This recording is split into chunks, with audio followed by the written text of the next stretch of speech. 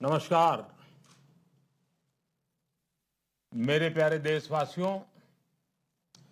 आज मैं अपनी बात की शुरुआत एक वेद वाक्य के साथ करना चाहता हूं। कृतं में दक्षिणे हस्ते जयो में सव्य आहितः। इस बात को भारत के संदर्भ में देखें तो बहुत सीधा साधा अर्थ यही है। हमारे देश ने एक तरफ कर्तव्य का पालन किया तो दूसरी तरफ उसे बड़ी सफलता भी मिली। कल 21 अक्टूबर को भारत ने 1 बिलियन 100 करोड़ वैक्सीन डोज का कठिन लेकिन असाधारण लक्ष्य प्राप्त किया है। इस उपलब्धि के पीछे 130 करोड़ देशवासियों की कर्तव्य शक्ति लगी है। इसलिए ये सफलता भारत की सफलता है, हर देशवासी की सफलता है। मैं इसके लिए सभी देशवासियों को हृदय से बधाई देता हूं। साथियों, 100 करोड़ वैक्सीन डोज ये केवल एक आंकड़ा नहीं है, ये देश के सामर्थ्य का प्रतिबिंब है, इतिहास के नए अध्याय की रचना है।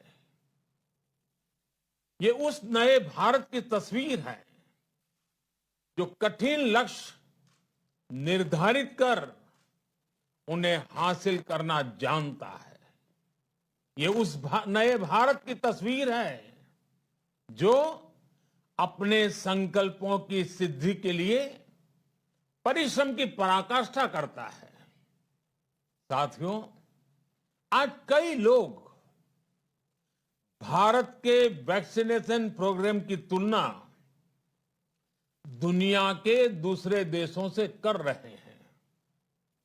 भारत ने जिस तेजी से 100 करोड़ का 1 बिलियन का आंकड़ा पार किया है, उसकी सराहना भी हो रही है।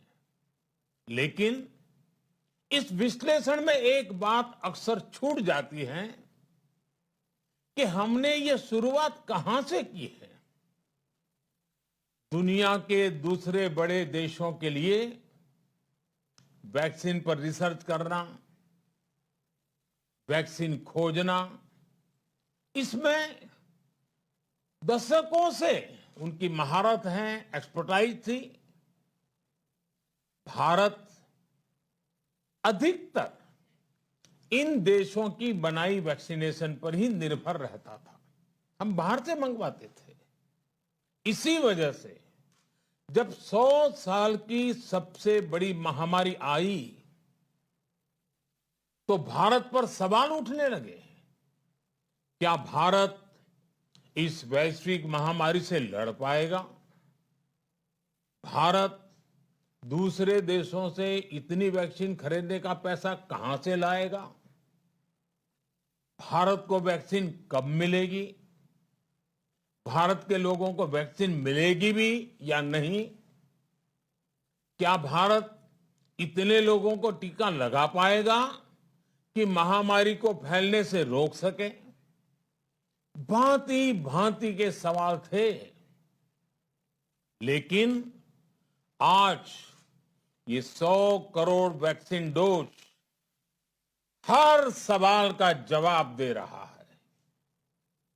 भारत ने अपने नागरिकों को 100 करोड़ वैक्सीन डोज लगाई हैं और वो भी मुफ्त, बिना पैसा लिए। साथियों, 100 करोड़ वैक्सीन डोज का एक प्रभाव यह भी होगा कि दुनिया अब भारत को कोरोना से ज्यादा सुरक्षित मानेगी। एक फार्मा हब के रूप में भारत को दुनिया में जो स्वीकृति मिली हुई है, उसे और मजबूती मिलेगी। पूरा विश्व आज भारत की इस ताकत को देख रहा है, महसूस कर रहा है। साथियों, भारत का वैक्सीनेशन अभियान सबका साथ, सबका विकास, सबका विश्वास और सबका प्रयास का सबसे जीवंत उदाहरण है। कोरोना महामारी की शुरुआत में ये भी आशंकाएं व्यक्त की जा रही थी कि भारत जैसे लोकतंत्र में इस महामारी से लड़ना बहुत मुश्किल होगा। भारत के लिए, भारत के लोगों के लिए ये भी कहा जा रहा था कि इतना संयम, इतना अनुशासन यहां कैसे चलेगा। लेकिन हमारे लिए लोकतंत्र का मतलब है सबका साथ। सबको साथ लेकर देश ने सबको वैक्सीन, मुफ्त वैक्सीन का अभियान शुरू किया। गरीब, अमीर, गांव, शहर, दूर सुदूर, देश का एक ही मंत्र रहा कि अगर बीमारी भेदभाव नहीं करती तो वैक्सीन में भी भेदभाव नहीं हो सकता। इसलिए यह सुनिश्चित किया गया कि वैक्सीनेशन अभियान पर वीआईपी कल्चर हावी न हो। कोई कितने ही बड़े पद पर क्यों न रहा हो, कितना ही धनी क्यों न रहा हो, उसे वैक्सीन सामान्य नागरिकों की तरह ही मिलेगी। साथियों, हमारे देश के लिए ये भी कहा जा रहा था कि यहां ज्यादातर लोग टीका लगवाने के लिए आएंगे ही नहीं। दुनिया के कई बड़े विकसित देशों में आज भी वैक्सीन हेजिटेंसी एक बड़ी चुनौती बन गई है। लेकिन भारत के लोगों ने 100 करोड़ वैक्सीन डोज लेकर ऐसे लोगों को निरुत्तर कर दिया है। साथियों, किसी अभियान में जब सबका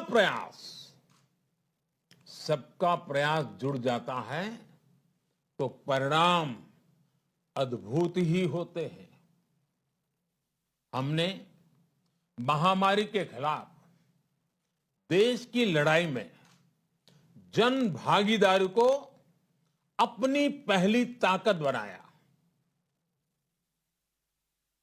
फर्स्ट लाइन ऑफ डिफेंस बनाया। देश ने अपनी एकजुटता को ऊर्जा देने के लिए ताली, थाली बजाई, दिए जलाए। तब कुछ लोगों ने कहा था कि क्या इससे बीमारी भाग जाएगी? लेकिन हम सभी को उसमें देश की एकता दिखी, सामूहिक शक्ति का जागरण दिखा। इसी ताकत ने कोविड वैक्सीनेशन में आज देश को इतने कम समय में 100 करोड़ तक पहुंचाया है। कितनी ही बार हमारे देश ने एक दिन में 1 करोड़ टीकाकरण का आंकड़ा पार किया है। ये बहुत बड़ा सामर्थ्य है, प्रबंध कौशल है, टेक्नोलॉजी का बेहतरीन इस्तेमाल है, जो आज बड़े बड़े देशों के पास भी नहीं है। साथियों, भारत का पूरा वैक्सीनेशन प्रोग्राम विज्ञान की कोख में जन्मा है, वैज्ञानिक आधारों पर पनपा है और वैज्ञानिक तरीकों से चारों दिशाओं में पहुंचा है। हम सभी के लिए गर्व करने की बात है कि भारत का पूरा vaccination programme science born, science driven और साइंस बेस्ड रहा है। वैक्सीन बनने से पहले और वैक्सीन लगने तक इस पूरे अभियान में हर जगह साइंस और साइंटिफिक अप्रोच शामिल रही है। हमारे सामने चुनौती मैन्युफैक्चरिंग को लेकर भी थी, प्रोडक्शन को स्केल अप करने की भी थी। इतना बड़ा देश, इतनी बड़ी आबादी, उसके बाद अलग अलग राज्यों में, दूर दराज इलाकों में समय से वैक्सीन पहुंचाना, ये भी किसी भागीरथ कार्य से कम नहीं था। लेकिन वैज्ञानिक तौर तरीकों और नए नए इनोवेशन से देश ने इस चुनौतियों के समाधान तलाशे असाधारण स्पीड से संसाधनों को बढ़ाया गया। किस राज्य को कितनी वैक्सीन कब मिलनी चाहिए, किस इलाके में कितनी वैक्सीन पहुंचनी चाहिए, इसके लिए भी वैज्ञानिक फॉर्मूले के तहत काम हुआ। हमारे देश ने कोविन प्लेटफॉर्म की जो व्यवस्था बनाई है, वो भी विश्व में आकर्षण का केंद्र है। भारत में बने कोविन प्लेटफॉर्म ने न केवल आम लोगों को सहूलियत दी, बल्कि हमारे मेडिकल स्टाफ के काम को भी आसान बनाया। साथियों, आज चारों तरफ एक विश्वास है, उत्साह है, उमंग है। समाज से लेकर इकोनॉमी, हम हर तबके पर देखें, ऑप्टिमिज्म ऑप्टिमिज्म ऑप्टिमिज्म ही नजर आता है। एक्सपर्ट्स और देश विदेश की अनेक एजेंसीज भारत की अर्थव्यवस्था को लेकर बहुत सकारात्मक है। आज भारतीय कंपनियों में न सिर्फ रिकॉर्ड इन्वेस्टमेंट आ रहा है, बल्कि युवाओं के लिए रोजगार के नए अवसर भी बन रहे हैं। स्टार्टअप्स में रिकॉर्ड इन्वेस्टमेंट के साथ ही रिकॉर्ड स्टार्टअप्स यूनिकॉर्न बन रहे हैं। हाउसिंग सेक्टर में भी नई ऊर्जा दिख रही है। पिछले महीनों में किए गए कई सारे रिफॉर्म्स, कई सारे इनिशिएटिव, गति शक्ति से लेकर नई ड्रोन पॉलिसी तक भारत की अर्थव्यवस्था को और तेजी से आगे बढ़ाने में बड़ी भूमिका निभाएंगे। कोरोना काल में कृषि क्षेत्र ने हमारी अर्थव्यवस्था को मजबूती से संभाले रखा। आज रिकॉर्ड लेवल पर अनाज की सरकारी खरीद हो रही है। किसानों के बैंक खातों में सीधे पैसे जा रहे हैं। वैक्सीन के बढ़ते हुए कवरेज के साथ साथ आर्थिक सामाजिक गतिविधियां हो, खेल जगत हो, टूरिज्म हो, एंटरटेनमेंट हो, सब तरफ सकारात्मक गतिविधियां तेज हो रही हैं। आने वाले त्योहारों का मौसम इसे और गति देगा और शक्ति देगा। साथियों, एक जमाना था जब मेड इन ये कंट्री, मेड इन वो कंट्री, इसी का बोलबाला था, बहुत क्रेज हुआ करता था। लेकिन आज हर देशवासी ये साक्षात अनुभव कर रहा है कि मेड इन इंडिया की ताकत बहुत बड़ी होती है। और इसलिए आज मैं आपसे फिर ये कहूंगा कि हमें हर छोटी से छोटी चीज जो मेड इन इंडिया हो, जिसे बनाने में किसी भारतवासी का पसीना बहा हो, उसे खरीदने पर जोर देना चाहिए। और ये सबके प्रयास से ही संभव होगा। जैसे स्वच्छ भारत अभियान एक जन आंदोलन है, वैसे ही भारत में बनी चीज खरीदना, भारतीयों द्वारा बनाई चीज खरीदना, वोकल फॉर लोकल, ये हमें व्यवहार में लाना ही होगा। और मुझे विश्वास है, सबके प्रयास से मुझे विश्वास है भी करके रहेंगे। आप याद करिए, पिछली दिवाली हर किसी के मन मस्तिष्क में एक तनाव था, लेकिन इस दिवाली 100 करोड़ वैक्सीन डोज के कारण एक विश्वास का भाव है। अगर मेरे देश की वैक्सीन मुझे सुरक्षा दे सकती है, तो मेरे देश का उत्पादन, मेरे देश में बने सामान मेरी दिवाली और भी भव्य बना सकते हैं।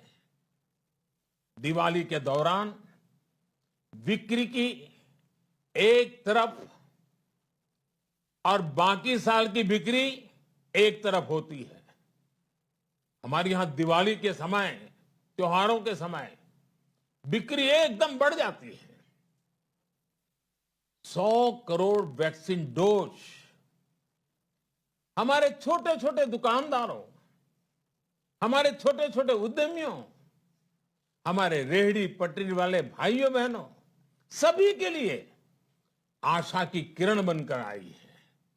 साथियों, आज हमारे सामने अमृत महोत्सव के संकल्प है, तो ऐसे में हमारी ये सफलता हमें एक नया आत्मविश्वास दिलाती है। हम आज कह सकते हैं कि देश बड़े लक्ष्य तय करना और उसे हासिल करना बखूबी जानता है, लेकिन इसके लिए हमें सतत सावधान रहने की जरूरत है। हमें लापरवाह नहीं होना है। कवच कितना ही उत्तम हो, कवच कितना ही आधुनिक हो, कवच से सुरक्षा की पूरी गारंटी हो, तो भी जब तक युद्ध चल रहा है, हथियार नहीं डाले जाते। मेरा आग्रह है कि हमें अपने त्योहारों को पूरी सतर्कता के साथ ही मनाना है। और जहां तक मास्क का सवाल है, कभी कभी जरा, लेकिन अब तो डिजाइन की दुनिया भी मास्क में प्रवेश चुकी है। मेरा इतना ही कहना है, जैसे हमें जूते पहन करके ही बाहर जाने की आदत लग गई है ना, बस वैसे ही मास्क को भी एक सहज स्वभाव बनाना ही होगा। जिनको अभी तक वैक्सीन नहीं लगी है, वो इसे सर्वोच्च प्राथमिकता दें। जिन्हें वैक्सीन लग गई है, वो दूसरों को प्रेरित करें। मुझे पूरा भरोसा है कि हम सब मिलकर प्रयास करेंगे तो कोरोना को और जल्द हरा पाएंगे। आप सभी को आने वाले त्योहारों की एक बार फिर बहुत बहुत शुभकामनाएं, बहुत बहुत धन्यवाद। तो प्रधानमंत्री नरेंद्र मोदी का देश के नाम, राष्ट्र के नाम संबोधन, और खास तौर पर उन्होंने कल जो ऐतिहासिक आंकड़ा छुआ भारत ने 100 करोड़ डोज का, उसका यहां पर जिक्र किया। लेकिन साथ ही साथ पीएम ने यह भी कहा कि जब तक युद्ध चल रहा हो तब तक अपने हथियार नहीं डालने चाहिए। इसका शाब्दिक अर्थ ये हुआ कि जब तक कोरोना काल चल रहा है, लापरवाही बिल्कुल न बरतिए। प्रधानमंत्री नरेंद्र मोदी का आज राष्ट्र के नाम संबोधन, उन्होंने राष्ट्र को संबोधित किया। साथ ही साथ जिस तरीके से कल का जो लक्ष्य था, कल एक ऐतिहासिक आंकड़ा जो था उसे भारत ने छुआ, उस आंकड़े को छुआ और विश्व स्तर पर, विश्व के मानचित्र पर इतनी भारी जनसंख्या को कोरोना का डोज लगना, टीका लगना अपने आप में ही गौरवान्वित करता है। और कई संघर्ष, कई हर्डल्स के बाद ये जो लक्ष्य है उसे पूरा किया भारत ने। चाहे भारत के गांव खेड़े इलाके हों, पहाड़ी इलाके हों, हर जगह पर जाके कोविड वॉरियर्स ने जिस तरीके से लोगों का टीकाकरण किया, उसका जिक्र यहाँ पर पीएम मोदी ने किया। और खास तौर पर पीएम मोदी ने लोगों को आने वाले त्योहारों की बधाई दी और साथ में ये भी कहा कि ये जो कोरोना काल चल रहा है, भले ही लोगों का टीकाकरण हो रहा है और चीज़ें अब एक तरीके से स्थिर हो रही हैं, सामान्य हो रही हैं, लेकिन ऐसे वक्त में भी कोरोना का जो कहर है पूरी तरीके से गया नहीं है। ऐसे में आप लोगों को और भी अभी सचेत रहने की ज़रूरत है, मास्क पहनने की ज़रूरत है और जिन आदतों को, जिस तरीके से मास्क पहनना, जूते पहनकर बाहर जाना, ये आपकी आदत में शुमार हो चुका है, इसे बनाए रखें क्योंकि जो कोरोना है वो अभी तक पूरी तरीके से नहीं गया है। तो एक तरफ टीकाकरण भी चल रहा है, दूसरी तरफ नरेंद्र मोदी ने साफ तौर पर देश के लोगों से कहा कि जो सुरक्षा के जो नियम हैं, जो एक नियम बनाए गए हैं, उसका पालन भी लोगों को करते रहना चाहिए। तो आज सुबह सुबह आपको बता दें कि प्रधानमंत्री नरेंद्र मोदी ने थोड़ी देर पहले ही राष्ट्र को संबोधित किया और खास तौर पर जो कल हमने ऐतिहासिक आंकड़ा छुआ था 100 करोड़ डोज का, उसका जिक्र किया और उसके लिए जो उपलब्धि भारत ने हासिल की है उसकी तारीफ करते हुए प्रधानमंत्री मोदी नजर आए और साथ ही साथ देशवासियों को उन्होंने साफ तौर पर अभी भी कोताही बरतने के लिए संदेश दिया और ये भी संदेश दिया कि आने वाले त्यौहार को वो अच्छे से सेलिब्रेट करें, अच्छे से उसे मनाएं, लेकिन साथ ही साथ जो सुरक्षा के कड़े नियम है उसका भी पालन करें। और हमारे सहयोगी मोहित इस वक्त हमारे साथ जुड़ रहे हैं। मोहित, निश्चित तौर पर कल का दिन भारत के लिए बहुत ही गौरवान्वित करने वाला दिन था और उसी पर पूरा फोकस आज नरेंद्र मोदी का, पीएम का राष्ट्र के नाम जो उनका संबोधन था उसका जिक्र किया, कितने कठिनाई से ये हासिल हुआ है और साथ ही साथ आने वाले समय में किस तरीके से लोगों को अभी भी सुरक्षा बरते जाने की ज़रूरत है, उन सब के बारे में पीएम मोदी ने बताया। हम पहले भी डिस्कस कर रहे थे कि जो आज का जो प्रधानमंत्री का राष्ट्र के नाम जो संबोधन था वो इसी के ऊपर रहने वाला था कि आखिरकार जो कोविड के साथ जो हमारी लड़ाई है वो अभी खत्म नहीं हुई है। ये लड़ाई लंबी है क्योंकि जैसे हमने बात की कि 70 करोड़ लोगों को जो है फर्स्ट डोज लग चुकी है, 30 करोड़ के करीब लोगों को सेकंड डोज लग चुकी है, लेकिन अभी भी एक बहुत लंबा सफर तय करना है। अभी भी हमें कॉन्शियस रहना है, अभी भी हमें ये नहीं रहना कि हम मास्क उतार के जा रहे हैं, हम भीड़ में जा रहे हैं, हम सोशल डिस्टेंसिंग मेंटेन नहीं कर रहे हैं। तो प्रधानमंत्री ने फिर से उसी चीज पे लोगों को चेताया है। दूसरा, प्रधानमंत्री ने जो उन्होंने टाइम्स ऑफ इंडिया में आर्टिकल भी लिखा, उन्होंने कहा कि जब वैक्सीन की प्रोसेस स्टार्ट हुई थी उस पर कई सवाल थे। कई सवाल ये भी थे कि क्या लोगों को प्रेफरेंशियल ट्रीटमेंट दिया जाएगा, बट ऐसा नहीं हुआ। आप अपना स्लॉट बुक करिए कोविन पे, आपकी वैक्सीनेशन लगेगी। तो वीआईपी कल्चर को वैक्सीनेशन में खत्म किया गया। दूसरा, प्रधानमंत्री ने यह भी कहा कि अगर कोविड डिस्क्रिमिनेट नहीं करता है लोगों के बीच में तो आखिरकार हम क्यों डिस्क्रिमिनेट करें वैक्सीनेशन पे। प्रधानमंत्री ने उन लोगों पे भी काफी एक तंज कसा जो पहले वैक्सीनेशन प्रोसेस को लेके सवाल उठा रहे थे। जब प्रधानमंत्री टाली ठोको अभियान के लिए बोला था उसके ऊपर सवाल उठा रहे थे, जो ये कह रहे थे कि भारत आखिरकार इस पेंडेमिक से डील कैसे करेगा और क्या 100 करोड़ वैक्सीन भारत को लग जाएगी, क्या ये पूरा देश जो है वैक्सीनेट हो पाएगा। उसको 9 महीने में ही 100 करोड़ वैक्सीन देना एक तरह से एक जवाब है। लेकिन प्रधानमंत्री ने यह भी कहा कि अभी जो है लड़ाई हमारी खत्म नहीं हुई है, हमारी देश की जनसंख्या बहुत है, एक लार्ज वैक्सीनेशन ड्राइव जो हमारे देश में किया जा रहा है, इसीलिए लोगों को सचेत रहने की जरूरत है। और हम भी अपने दर्शकों को यही कहेंगे कि कुछ ही समय में धनतेरस का त्योहार आने वाला है, करवा चौथ का त्योहार है और दिवाली जो एक तरह से भारत के सबसे बड़ा त्योहार है वो भी आने वाला। लोग जो है, हमने लास्ट ईयर भी देखा था कि कैसे ढिलाई बरत रहे थे और अभी भी आप देखिए मार्केट जाइए, लोग मॉल्स में शॉपिंग के लिए जा रहे हैं, मार्केट में शॉपिंग के लिए जा रहे हैं। वहां पे भी प्रधानमंत्री ने मैसेज दिया कि नहीं, अभी लड़ाई हम नहीं जीते हैं, तीसरी वेव का खतरा अभी भी है। अगर आप देखें, अगर भारत के आंकड़े अभी भी आज भी काफी केसेस जो हैं कोविड के आए हैं, इसलिए लोगों को हम अपने दर्शकों को भी कह रहे हैं कि लोगों को बिल्कुल भी ढिलाई नहीं बरतनी है। और हमने ये भी देखा है कि प्रधानमंत्री ने ये भी कहा कि पहले जो है फॉरेन की जो वैक्सीन थी, फॉरेन की जो चीजें थी, उनको प्रेफरेंस दिया जाता था, लेकिन जब भारत ने मेड इन इंडिया की वैक्सीन बनाई, उसके बाद जब अपने देश की वैक्सीन पे लोगों का भरोसा उठा, तो जो जो उन्होंने आर्टिकल में लिखा, अपने जो जो उन्होंने लोगों तक अपनी बात पहुंचाना चाहिए, वही बात इस राष्ट्र के नाम संबोधन से उन्होंने ये सब किया है। तो एक तरह से देखिए, मैसेज प्रधानमंत्री का लाउड एंड क्लियर है कि हम 100 करोड़ के मार्क को पहुंच चुके हैं। आगे एक लंबी लड़ाई है, खास तौर पे बच्चों के लिए जो वैक्सीनेशन है उसमें हमें जल्द से जल्द काम करना पड़ेगा। इकोनॉमी को लेकर उन्होंने बात की कि एक्सपर्ट कह रहे हैं कि इकोनॉमी जो है अभी पॉजिटिव है, अभी तो आगे जाके थोड़ा और जो है चीजें अच्छी होंगी, तो धीरे धीरे हम जानते हैं कि मार्केट्स हमारे खुल रहे हैं, लेकिन ढिलाई अभी भी नहीं बरतनी है। जी मोहित, आपका बहुत बहुत शुक्रिया इन तमाम जानकारी के लिए और जो कुछ भी पीएम मोदी ने कहा उसको विस्तार से बताने के लिए।